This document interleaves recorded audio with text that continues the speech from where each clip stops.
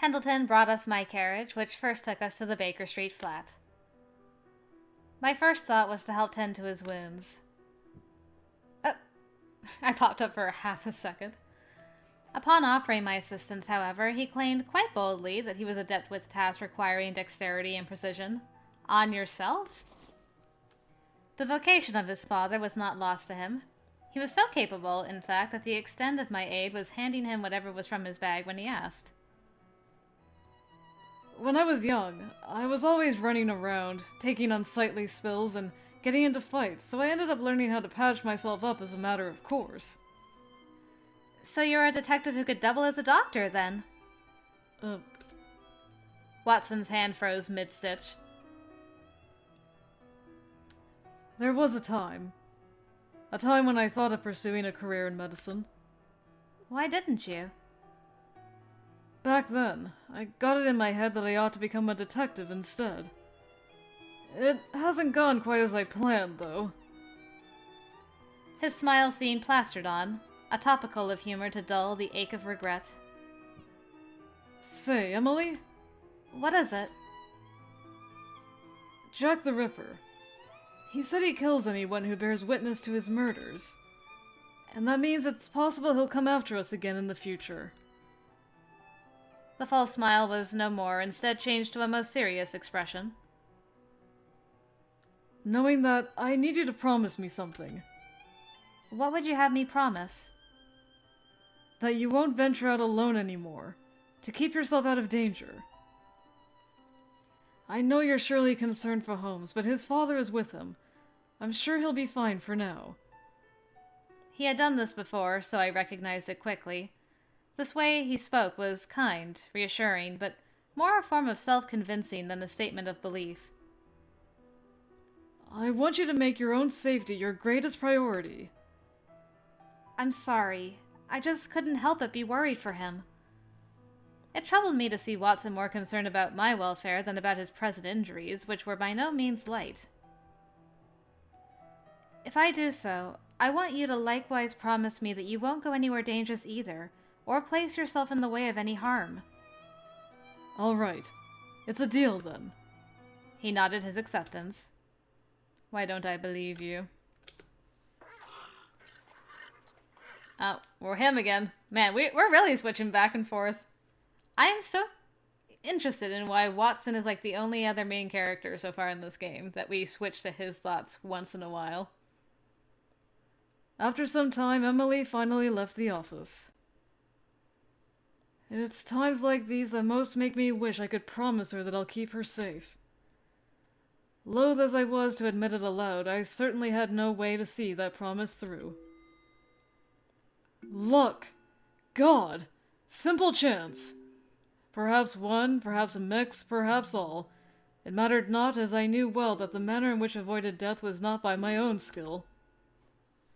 If only I were a better man. If I had Holmes's strength, she could have been spared such a terrifying ordeal. I hate feeling so weak. For all my boasts, what am I when danger comes round? I'm as fearful as any man. What's wrong with me? I thought I'd changed, but I'm still the same as I ever was. I'm still incapable of keeping her safe without relying on others. To know it frustrated me to no end. I clenched my newly sutured fists as the anger continued to build.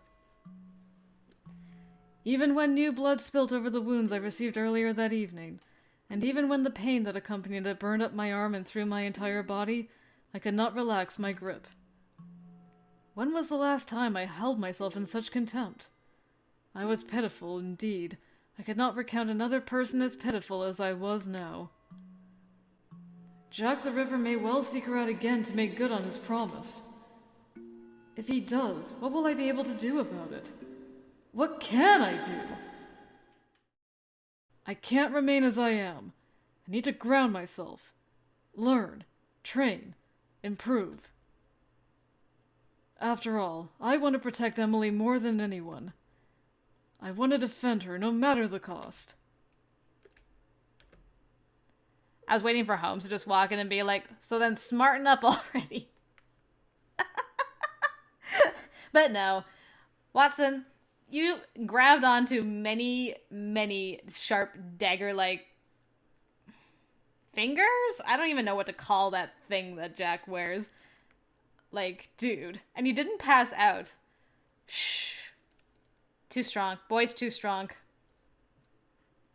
After retiring from the Baker Street office, Pendleton and I returned home. Yet it was not a particularly pleasant drive. A grave misunderstanding between us had brought rise to stress that thickened the very air between us. What happened now? Wait, Pendleton! Would you at least listen to me? I couldn't suppress the urge to shout. I know that I was wrong not to listen to you. I have apologized, and I will apologize again. But forcing me to suspend my schooling is going too far. You misunderstand me, my lady. I'm not suspending your schooling. I'm telling you that you'll not be attending the academy ever again. The mistake was mine. Pendleton hung his head. Oh, God. It seems, in spite of my hopes, that the world presents little more than a source of danger to you after all. And I simply cannot expose you to that danger any longer. Please, Pendleton! You mustn't say that! The world has far more in it than simply danger. I never want to return to the way I was, living in ignorance, shielded by you from things both bad and good. There is truth before me, and I would not turn from it any longer. My lady. If anything, I must continue to learn, to grow, both wiser and stronger. And to accomplish that, the Academy and my fellow students are vital to my growth and improvement.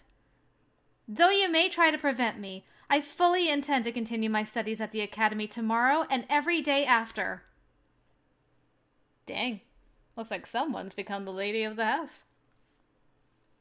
I had made my case, and I was determined to stand by it. So please, I beg of you, let me continue my education. All this time, I truly believed I was handling you with the requisite strictness. But it seems I have a soft spot for your impassioned pleas after all. It appears you've learned a great deal about the world before I was even aware of it. The butler's stern face lifted only slightly, a hint of a smile playing at the corners of his mouth. Did I win? Oh boy, we're back. You have done well, Jack. Not at all. I simply did as I was ordered. Exactly. You did everything you were told to do. Or so I believed. Jack fell silent before the sharp eyes that made him humble. Why did you allow those two to live? They saw you going about your business. And do tell me, what is that unsightly bruise on your cheek? It truly pains me to believe you allowed yourself to be struck by your prey. Pitiful. Forgive me, sir. I ain't never gonna fail you like... Listen well, Jack. Do not disappoint me any further. For if you do, all the effort I have put into raising you will be for naught.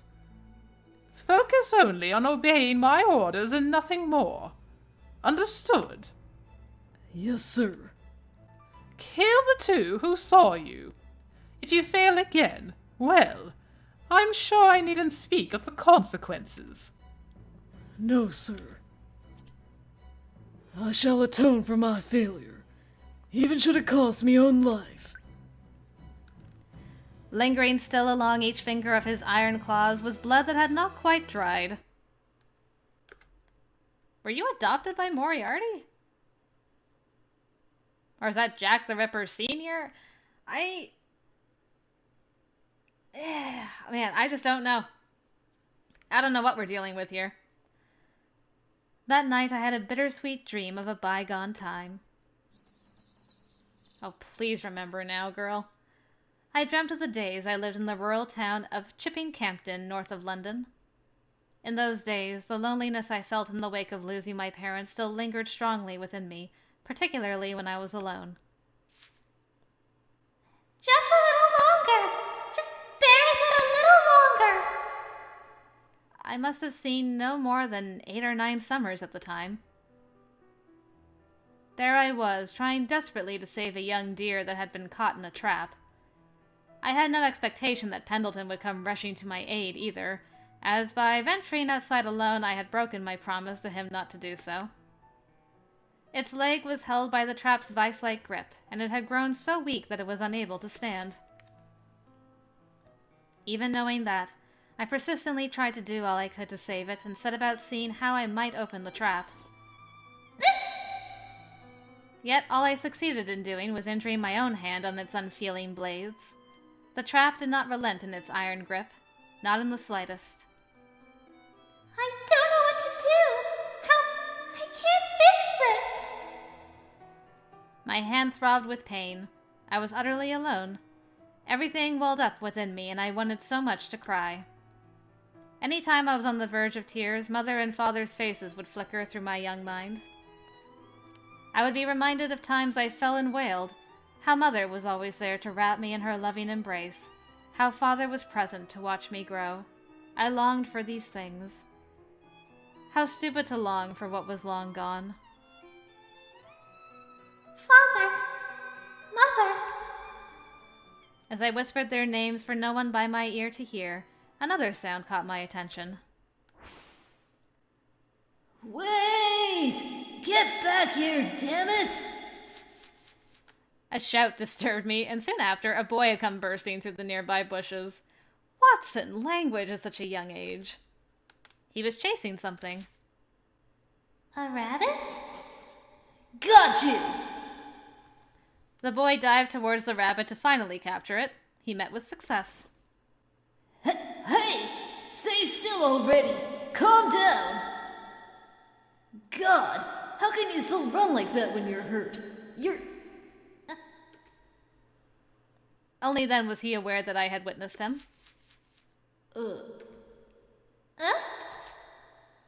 Has he gotten himself trapped? Perhaps curious, he skipped to me with a lightness as I huddled next to the deer, contrastly in much distress. That must be painful. Don't worry, I'll get you out of there.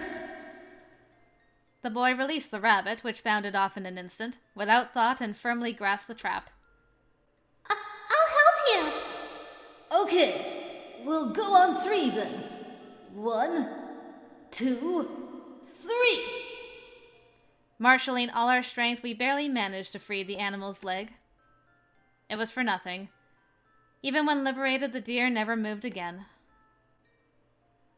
He's so young but so thin. He must have gotten hungry from being unable to run away from here. Then he got weaker and weaker. It must have been so lonely. Right. Just being trapped here all alone must have been awful. I'm so sorry we couldn't save you. I could see the tears he tried to hold at bay. I understood. My chest panged and a lump sat in my throat, but even when the time was right, I suppressed the urge to cry. What about a grave? What? Let's make a grave. Leaving it out here in the cold is just so sad. I like that. Let's make one. We were tiny, tiny children, and still we used our tiny hands to dig out a grave from the soft earth for this animal. It was an unsightly plot, a uneven mound of dirt covered with palm prints and a single flower, but we could be proud of it, for it was the best we could do. Oh my goodness. He wore a hat back then, too. This boy in his hats. Do you live here? Yes, I've lived even further from here for a while. But I've been told that this area is off limits even to the locals. I've never talked like this to anyone other than the person who looks after me either. Have you never felt lonely? Oh, sorry. That's not something I should be saying to someone I've just met. You said you've lived here for a long time, so I was wondering if you've ever felt alone. Or lonely, I guess. The boy looked directly at me with great concern. I didn't know how to respond. I could not deny how often I felt lonely, as it so often crept over me that the lie would certainly show on my face. I could no longer number the nights alone I had been afraid to close my eyes, the mornings when I felt scared waking up alone. I harbored within my soul a deep unhappiness that drove me to the brink of tears when the feeling was at its worst. I could not claim to not know it, yes, but I could also not speak honestly of knowing it as well as I did. I'm alright.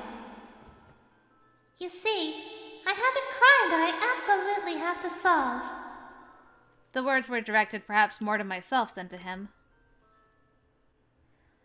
It's something so important that I can't leave it to anyone else. I need to do it myself. A crime? So until I've done that, I can't worry anyone. I can't be too dependent on anyone. I can't let myself be lonely either. For my mother and father as well. I didn't like this. My voice wavered. No, I did not like this, and trembled. I rubbed my eyes. I wasn't going to cry. They were there, heavy, and that my eyes were sore from their weight. There, and that with one blink they would be overflowing. There, and that I wish they were not. Ah! Don't do that! The boy's voice was filled with panic. If you rub your eyes like that, bacteria is going to get in and make them hurt. I'm not in any pain. It's not good to lie. Oh. He took my hand in his. I knew it. You cut yourself on that trap before I arrived, didn't you? He drew a soft cloth from his pocket and wrapped it round my hand. Aw, and she did that to him with her handkerchief. Oh my goodness, that is so nostalgic. Sheesh. When people get hurt, they sometimes bleed, right? And it hurts, too. Well, people's hearts are exactly the same. When you're upset or you're sad, then it hurts, and sometimes you cry, too. Nothing good comes from trying to turn your eyes away from your own pain, you know. If you're hurt, it's all right to cry. But I can't do that. The more he watched me, with a sweet face that stood to gain nothing in being kind, the more I knew it was a matter of time before I broke down into sobs. All I could do was look downwards. Wait a minute, okay? Huh? I'll be right back! He let go of my hand and took off running, disappearing from sight. I expected that would be the last I would see of him, and yet it was not. Within minutes he had returned. He had something for me. Sorry for the wait. Here you go. In the palm of his hand was a modest handmade gift. Oh my god. How about we get married? Right here. It's perfect. Is this a ring? But it's made of flowers. Yup. I've seen my mom make them before, so I decided to do what she does. I'll give this to you. To me? Right now, I can't take away what's hurting you most. I thought that this might at least bring your smile back a little faster.